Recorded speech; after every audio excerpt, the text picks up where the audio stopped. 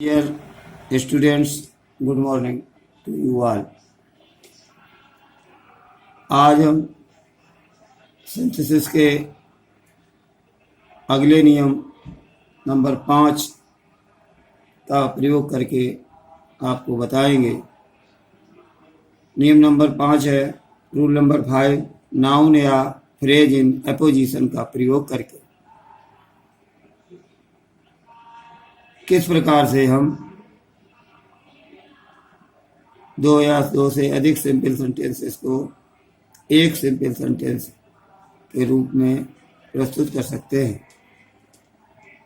Apposition का अर्थ होता है अंग्रेजी में एडिशन ऑफ वन वर्ड और group of words to another as an explanations, या हिंदी में हम कह सकते हैं कि किसी नाउन या फ्रेज को उस नाउन के बगल में रखा जाता है जिसकी व्याख्या की जाती है। अर्थात जो नाउन या फ्रेज एपोजिशन में रहता है उसे दो कामाज के बीच में रख देते हैं। फॉर एग्जाम्पल के लिए आप देखें, एक वाक्य है, आपने देखा कि Suresh is a teacher. Teacher एक नाउन है और दूसरे नाउन सुरेश की व्याख्या कर रहा है, अतः टीचर सुरेश के साथ एपोजिशन में है। जब इस वाक्य को बनाया तो Suresh comma a teacher comma is very gentle. इस विधि का प्रयोग आप कब करेंगे इसको भी समझना आवश्यक है। इस विधि का प्रयोग तब होता है जब विभिन्न वाक्यों में कोई ऐसे दो नाउन हो जो एक ही वस्तु, व्यक्ति या स्थान प्रकट करते हों। ऐसी स्थिति में उनका प्रयोग एपोजिशन के रूप में किया जाता है। हम इसके लिए आपको कुछ एग्जाम्पल्स और विस्तृत रूप से समझा रहे हैं। सभी छात्र छात्राएं ध्यान से सुने। Ravi was the best boy in the class. He was the monitor. आपने देखा रवि ही एकमात्र लड़का है जो क्लास में सबसे अच्छा है और वही मॉनिटर है। तो ये एक दूसरे के व्याख्या कर रहे हैं, रवि की व्याख्या कर रहे हैं ये शब्द।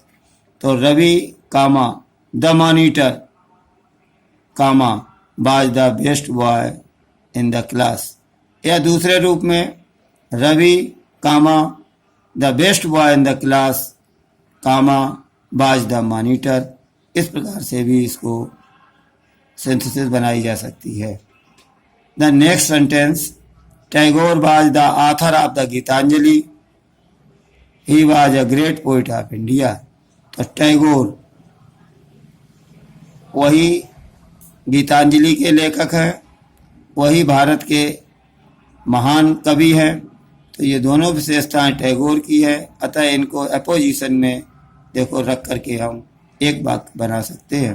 Tagore comma a great poet of India comma was the author of the Gitanjali, या दूसरे अर्थों में Tagore the author of the Gitanjali comma was a great poet of India.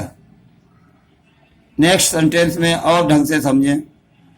My brother went to Delhi, Delhi is the capital of India. इसमें आपने देखा कि जो दिल्ली है उसकी संबंध जो है वो व्याख्या जो है अ ग्रेट पोइट, वो is the capital of India के रूप में की गई है।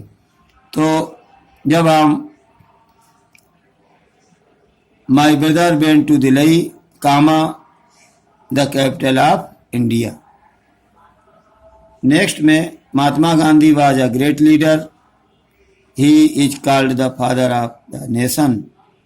इस वाक्य को भी हम सीधे सीधे भी बना लें।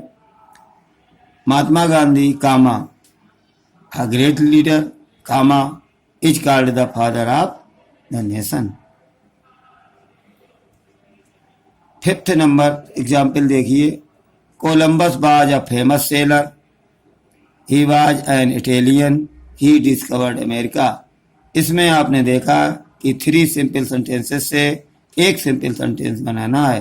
तो Columbus a famous sailor, was an Italian discoverer, या Columbus a famous Italian sailor, comma discovered America, और Columbus the discoverer of America was a famous Indian sailor. जिस प्रकार से ये आपको सरल लगे बात, उस प्रकार से आप बता सकते हैं। 6 number, Indira Gandhi was our prime minister, she was shot dead by her security guards. Indira Gandhi comma our prime minister comma was shot dead by her security guards. तो इस प्रकार से आप नाउन या फ्रेज इन एपोजिशन का प्रयोग करके आप वाक्यों को बना सकते हैं। और फिर जो है आप इसकी एक्सरसाइज नंबर 5 आप हल करेंगे और इसी ग्रुप पर आप भेजेंगे और फिर हम चेक करके आपको बता देंगे। Thank you.